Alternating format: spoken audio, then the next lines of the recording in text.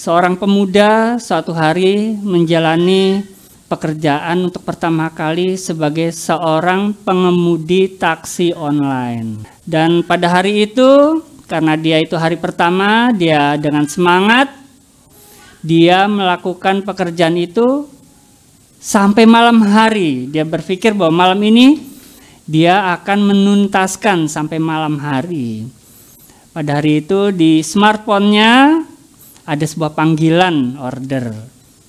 Wah, cukup jauh. Akhirnya pemuda itu pun mengambil arah sesuai dengan poin yang dituju.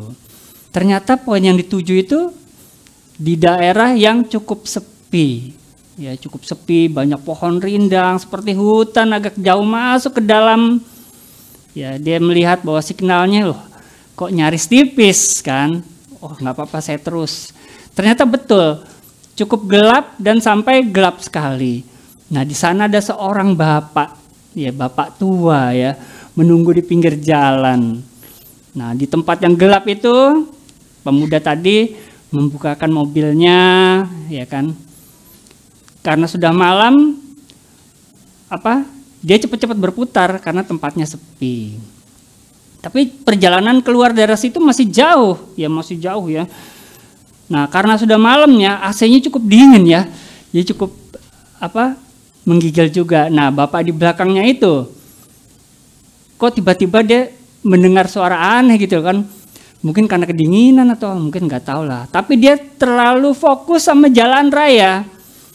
Dia melihat suasananya kok seperti ini ya, begitu mengerikan di jalan-jalan. Si bapaknya ini ternyata kedinginan di belakang. Ya, dia sebetulnya mau ngomong sama pemuda ini, Mas, stop sebentar, saya mau buang solar gitu kan. Tapi karena dia ragu, dia tahan sampai bapak itu sampai mengeluarkan suara-suara yang aneh, gitu-gitu kan. Nah, tetapi kok pemuda ini justru lebih ngebut lagi, gitu. Nah, terus dia memanggil pemuda itu. Karena dia lihat namanya ada di situ, dipanggil namanya. Enggak respon. Bapak pemuda tambah ngebut. Dia panggil namanya. Misalkan namanya Rizky, misalkan sorry ya kalau ada yang namanya Rizky. Rizky. Wah, dia kok enggak respon gitu kan. Tambah ngebut. Loh, kok tambah ngebut? Aku mau ke belakang ini, mau pinggir hutan aja. Tapi dia enggak menghiraukan panggilan si bapak itu. Akhirnya bapak itu nepuk pundak belakangnya pemuda tadi, si Rizky itu ditepuk. Puh, langsung Bapak Ibu, setirnya dibanting dan mobilnya selip itu hampir menabrak pohon. Cil gitu ya. Bapaknya mau pipis, saya nggak tahu, mungkin pipis di tempat akhirnya ya. Akhirnya bapaknya itu kaget, langsung pegangan kursi belakangnya teriak-teriak. Si sopirnya juga nggak kalah teriak. Jadi dua-duanya teriak di dalam mobil. Aduh, langsung ngos-ngosan. Loh, Nak Rizky, kenapa kok begini? Aduh, maaf ya kalau saya ngageti, tapi saya mau ke belakang. Saya dari tadi minta ke belakang kok nggak direspon. Terus pemuda ini bilang, aduh Pak, minta maaf Pak, ini bukan salah Bapak juga, ini salah saya juga, katanya. Saya kaget Pak, tadi saya pikir ada manggil-manggil saya, ya itu saya. Terus ada nepuk saya, itu saya. Iya Pak, soalnya saya 10 tahun jadi sopir mobil jenazah Pak, dia bilang gitu. Jadi ketakutan sendiri ya kan.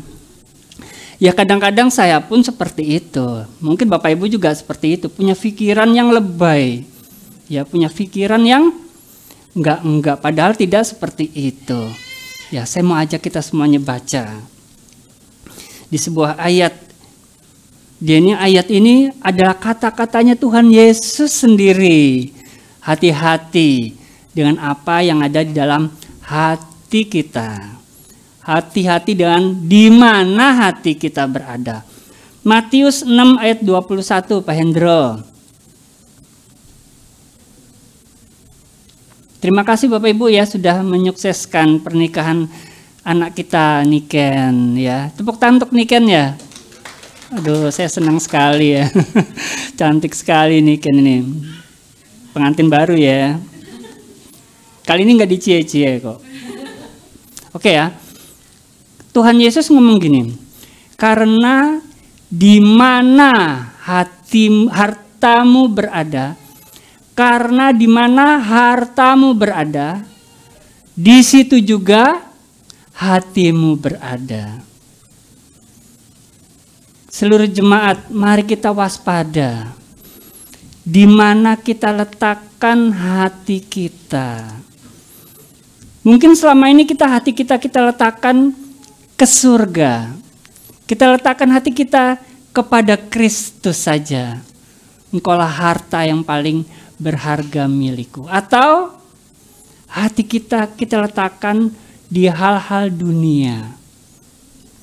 Wah, hatiku ada di pekerjaanku ini. Hatiku ada di bisnisku ini. Hatiku ada di rekening koranku ini. Hal-hal yang kita andalkan. Hal-hal yang kita bisa percaya melebihi Tuhan.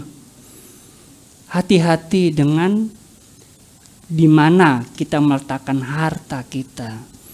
Saya mau kita semua meletakkan harta kita tuh di surga ya. Mungkin Bapak Ibu punya kripto di kantong. Punya logam mulia. Punya mata uang asing di dompet kita. Punya aset. Enggak ada yang salah dengan itu. Tetapi biarlah hati kita tidak letakkan di sana. Hati kita letakkan di sorga. Mau Bapak Ibu ya? Enggak apa-apa ada ijazah di kantong. Enggak ada yang salah dengan itu. Bisa membesarkan hati Tuhan. Membesarkan nama Tuhan. Tapi jangan kita letakkan hati kita di dalam apa yang ada di diri kita. Biarlah kita hanya meletakkan jangkar hati kita di dalam Kristus. Ya Bapak Ibu ya, kalau kita meletakkan hati kita di dalam tabungan, ini tanggal muda nih ya, nih digitnya masih 1 digit ini, angkanya kecil ini ya. Masih tinggi nih sukacitanya kan, ada sukacita, ada puji-pujian, ada bahasa roh ini di rumah kan. Terus begitu tanggal tua, wah ini mulai turun nih. Wah bayar cicilan kartu kredit ya kan. Terus bayar PDAM, bayar listrik, beli gas, mulai beli pulsa ya kan, yang itu terus beli koin, macam-macam turun. Begitu masuk ke tanggal tua, ya masuk ke tanggal 33. Ya kan? Wah, udah sukacitanya sudah hilang. Senyumnya sudah hilang ya. Sudah enggak lipstikan lagi ya. Ke tanggal muda kan lipstikan ya, gincuan ya. Wah, kasih eyeshadow ya, bapak-bapak pakai bedak, pakai apa? Gloss lips ya. Bapak-bapak pakai gloss lips. Nah, pada tanggal 30-an ke atas itu udah enggak peduli penampilan. Wes enggak usah mandi. Ya, nggak usah keramas sampai rambutnya dikerubungin sama nyamuk, ya kan? Tapi biarlah hati kita tidak tertanam di hal-hal dunia, di uang, di tabungan. Hati kita tanam di hatinya Tuhan Yesus. Mau ya Bapak Ibu ya?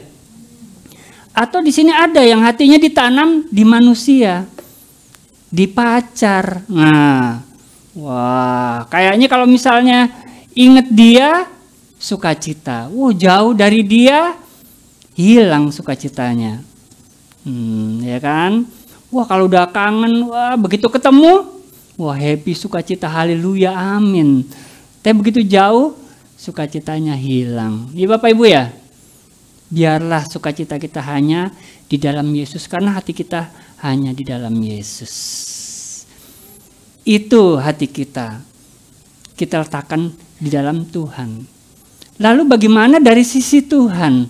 Ini kita baca ayat tema bulan ini di dalam Keluaran 19 ayat 5. Bapak Ibu yang butuh jalan keluar, bacalah kitab Keluaran. Jadi sekarang, jika kamu sungguh-sungguh mendengarkan firman-Ku, tutup Pendro. Sungguh-sungguh mendengarkan itu artinya masuk telinga, masuk hati dan dikerjakan. Kalau misalkan saya bilang, Andi, Nah, Andi langsung melihat ke saya kan. Artinya Andi mendengar suara saya. Kerjakan PR-mu Andi. Misalkan dia tidak mengerjakan PR-nya, artinya dia mendengar gak kata-kata saya? Enggak mendengar. Misalkan Bapak Ibu janjian dengan sahabatnya Bapak Ibu di sebuah tempat yang ramai. Misalkan di pasar, ketemu aja kita di pasar. Oke, WhatsApp gitu kan ya. Wah, akhirnya ketemu di pasar yang ramai sekali. Ya kan? Wah, di mana ada yang teriak iwa, penyek, peyek gitu kan. Ramai sekali ya. Wah, ada yang jual terasi, ada yang jual, wah semuanya rame suaranya kan. Nah, Bapak Ibu ngelihat sahabat Bapak Ibu dari jauh. Wah, ini dia ini sahabatku. Ketemulah di tengah hiruk pikuk, Bapak Ibu ngobrol dengan sahabat Anda. Dengar gak suara sahabat Anda? Dengar kan? Tapi hiruk pikuknya dengar gak? Dengar juga. Berarti ada dua pengertian mendengar di sini. Mendengar dengan sungguh-sungguh dan yang tidak dengan sungguh-sungguh. Kalau dalam bahasa Inggris saya pernah jelaskan. Ada hear, mendengar. Ada listen, mendengar juga. Tapi kalau listen itu mendengar dan melakukan. Kalau Bapak Ibu tadi di pasar mendengar banyak suara, itu adalah hear. Mendengar. Tapi kalau Bapak Ibu mendengarkan suara sahabat Bapak Ibu, kita bikin penyet pete yuk misalnya ya. Penyet pete sama penyet jengkol gitu ya. Nah, kata-kata itu adalah listen. Ya. Jadi ada hear, ada listen. Di sini di ayat ini Tuhan mau kita listen. Bukan cuma sekedar hear. Saya mengucap syukur untuk jemaat House of Kana yang taat sama firman Tuhan. Itu masuk dalam area listen. Paham Bapak Ibu ya? Ayo, yang sudah mulai belajar dengar-dengaran dengan firman Tuhan, makin dengar-dengaran. Karena ayat tadi Pendro, mendengarkan firman-Ku, mendengarkannya dengan cara sungguh-sungguh. Bapak Ibu kalau misalnya ngobrol dengan orang, tapi orangnya nggak dengar dengan sungguh-sungguh, kira-kira nyaman nggak? Seneng nggak? Iya. Misalnya Bapak Ibu lagi ada orang, ya. Bro, sis, ajarin aku dong. Ajarin apa? Misalkan mau ngajarin, cara berbicara di depan umum misalnya. Terus, saya ajarin. Nah, Bapak Ibu langsung ngajarin caranya. Tapi orang yang diajarin nggak dengerin dengan sungguh-sungguh, matanya ke sana gitu kan. Iya. Nyaman nggak Bapak Ibu? Nggak nyaman. Demikian juga saya percaya dengan Tuhan. Jika kita memiliki sikap yang tidak sungguh-sungguh, sikap yang tidak serius sama Tuhan, nanti ada sebuah perbedaan. Ayat yang tadi Pendro. Dan berpegang pada perjanjianku. Tahun ini adalah tahun perjanjiannya, the year of covenant ya. Banyak janji-janji Tuhan. Percaya janji-janji Tuhan. Dan memegang dan melakukan firman Tuhan. Maka kamu. Maka siapa? Kamu. Ayo katakan sama-sama, maka saya. 1, 2, 3. Maka saya akan menjadi harta kesayanganku sendiri dari antara bangsa. Tutup Pendro. Bapak Ibu mau gak jadi harta kesayangannya Tuhan Yesus? Saya kasih tahu ya, semua orang Tuhan Yesus sayang. Bahkan orang-orang yang membenci Tuhan Yesus pun dia sayang. Tetapi dia punya yang sangat spesial buat dia sendiri. Dia bisa egois sama orang-orang ini. Saya Semuanya kita ini loh. Jadi umat kesayangannya Tuhan Yesus. Misalkan ada sebuah pemilik perusahaan, punya ribuan pegawai. Pada suatu kali perusahaan itu mengalami kesulitan keuangan. Maka banyak pegawai yang dibuang. Kira-kira pegawai yang disimpan itu pegawai yang kesayangan atau yang biasa? Yang kesayangan. Kalau yang malas, nggak serius, nggak dengar kata-kata bosnya, suka bolos. Kira-kira disayang sama bos gak itu? Ya langsung nomor 1 dipecat. Saya mau kita semuanya menjadi orang-orang kesayangan. Walaupun semuanya sangat banyak orang, Tuhan akan berkata, "Nyala dari hadapanku, hai pembuat kejahatan." Tetapi Bapak Ibu mendapat undangan, "Mari anakku, kau yang setia, mari masuk dalam pesta kawin anak domba, sukacita kekal." Mau Bapak Ibu ya? Saya mau kita semua menjadi umat kesayangannya Tuhan Yesus. Misalkan Bapak Ibu ini adalah seorang montir. Misalkan seorang montir. Maka hartanya Bapak Ibu mungkin punya rumah, punya harta apa, tapi yang menjadi harta utamanya pasti apa? Alat-alat montirnya ini kan. Karena dengan alat montirnya ini Bapak Ibu bisa menghasilkan uang. Seorang chef yang menjadi harta kesayangannya apa? Ya bisa pisau masaknya, bisa spatulanya dia. Itu yang sangat berharga. Dia bisa punya arloji miliaran. Tapi yang paling berharga adalah alat-alat kerjanya. Demikian juga dengan Tuhan. Tuhan punya banyak bangsa. Tapi Tuhan mau kita menjadi umat kesayangan, menjadi harta kesayangannya. Nggak cuma harta biasa, harta kesayangan. Kalau kemarin, waktu pernikahan Niken dan Cibike, terakhir mereka berdua pamer apa? Ini pameran apa kemarin? List apa? Oh, wedding kiss ya. Yang dipamerin salah satunya adalah cincin. Ya, mungkin bisa punya harta banyak. Tapi simbol cincin ini adalah harta yang teristimewa. Mungkin Bapak Ibu yang udah punya cincin puluhan tahun, biasa, bahkan ada yang dijual kan pada saat butuh duit. Tapi bagi pengantin baru tahu apa artinya ya ini kan ya.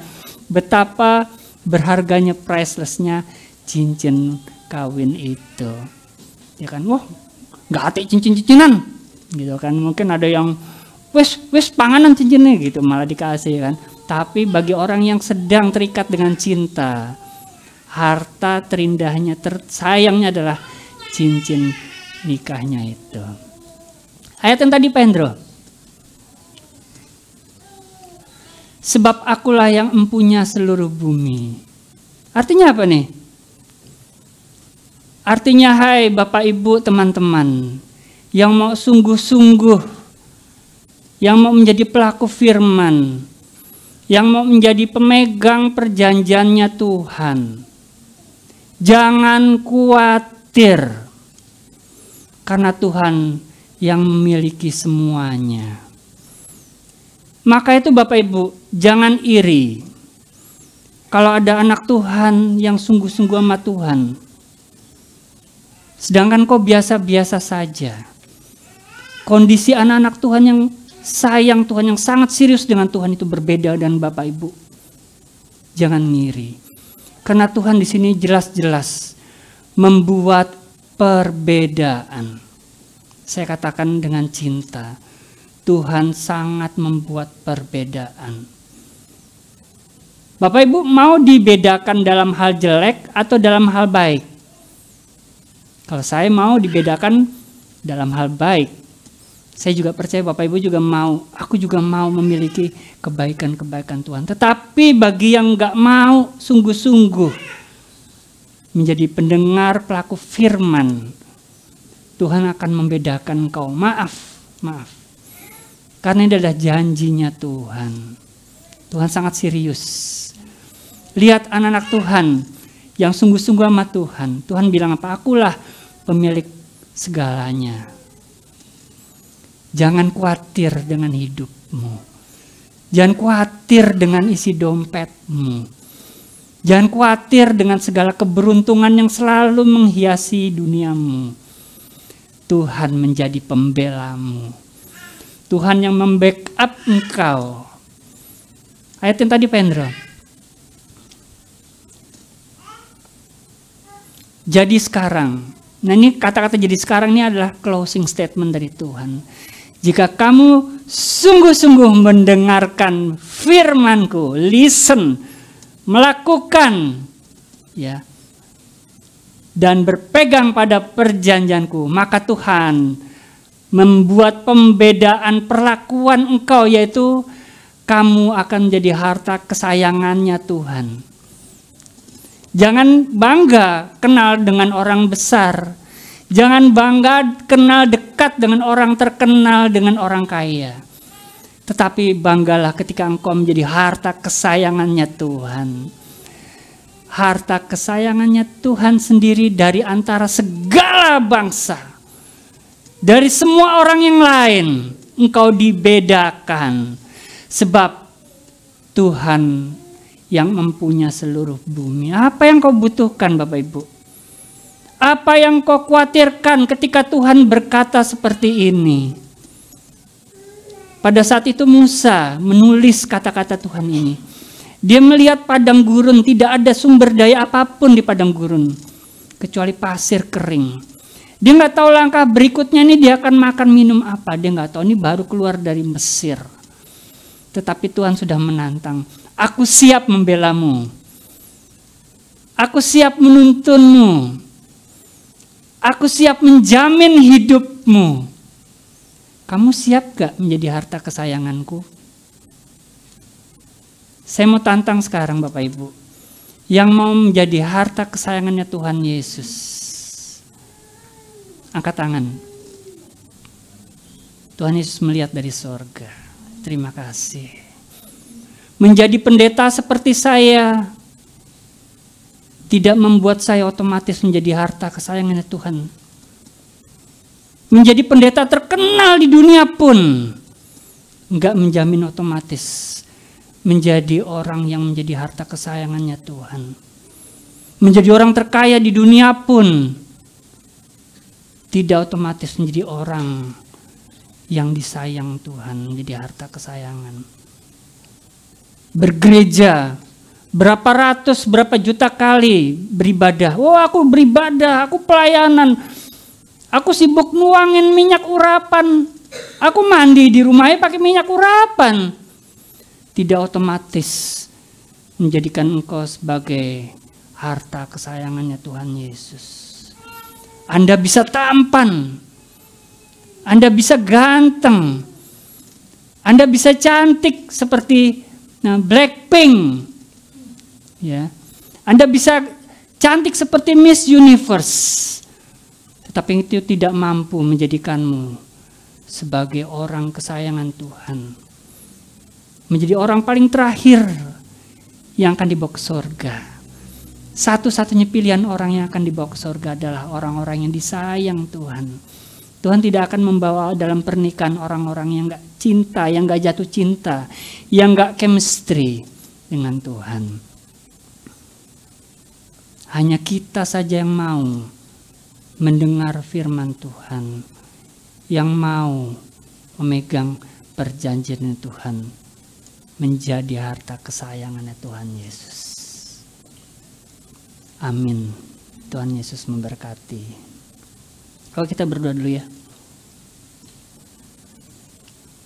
Saya rindu ya mengurapi Bapak Ibu ya. Bapak Ibu mau ya? Saya rindu. Minyak urapan ini adalah hanya lambang bahwa kami rindu memeteraikan keselamatan kekal Bapak Ibu. Kami rindu Bapak Ibu tidak mendengar kata-kata firman yang terakhir, yaitu nyahlah dari hadapanku. Saya nggak mau kata-kata itu terdengar di telingamu secara pribadi. Saya mau Bapak Ibu disambut Tuhan dengan suara sangkakala megahnya sorga. Mari kita sama-sama berdoa. Tuhan Yesus, pagi hari ini Tuhan, kami mau menjadi harta kesayangannya Tuhan Yesus. Kami nggak mau dibedakan sebagai bangsa yang tidak menjadi harta kesayangan-Mu, Tuhan. Kami mau menjadi pribadi yang dirindukan oleh Kristus. Karena Engkau sendiri ngomong ya Tuhan, di mana hartamu berada, di situ hatimu berada. Ketika Engkau menjadi hartanya Tuhan, maka hati Tuhan tertuju padamu. Dia selalu mikirin Engkau, dia rindu, dia kangen, dia bergairah dengan Engkau. Dia ingin memelukmu, dia ingin mencintaimu dengan kepuasan cinta agape. Ketika suasana hidup seperti itu Engkau miliki, apa yang kau khawatirkan, nak? Apa yang kau takutkan, nak? Masa depan ada di genggamanku, kata Tuhan. Seluruh bumi adalah milikku, kata Tuhan tadi. Apa yang kau khawatirkan? Larilah padaku, nak, karena aku yang menjamin. Aku yang membelamu. Aku yang membackupmu. Jangan kocar-kacir sendiri. Jangan merasa mau mengkanker, mau mengalahkan dunia seorang diri. Nggak akan mampu. Jika engkau mau menghandle semua masalah keuangan, kesehatan, masa depan, sekolah, anak-anak, semuanya, bisa gila mental health. Hanya Tuhan yang mampu menjamin. Manusia punya titik-titik batas ketika engkau meminta tolong. Hanya Tuhan saja yang tak terbatas menolongmu. Di dalam nama Tuhan Yesus. Saya mau kita semuanya, saya tantang yang mau sungguh-sungguh, hanya yang mau sungguh-sungguh. Listen, mendengar dan melakukan firman, mau serius sama Tuhan. Enggak mau berusaha mengurai benang kusut hidupmu. Biar Tuhan sendiri yang intervensi. Lepaskan tanganmu dari semua dunia yang kau kejar itu. Biar Tuhan yang mengambil alih. Jika Bapak Ibu mau menjadikan Tuhan sebagai pribadi tersayang yang merindukan kita, membebaskan Tuhan untuk mencintai kita sebebas mungkin, segila mungkin Tuhan mencintai kita. Saya undang taruh tangan di dada Bapak Ibu. Saya dan Pastor Gary akan mendoakan doa pengurapan. Silakan Pastor Gary. Yang sudah didoakan boleh menaruh tangan, tapi yang belum tolong jangan diturunkan.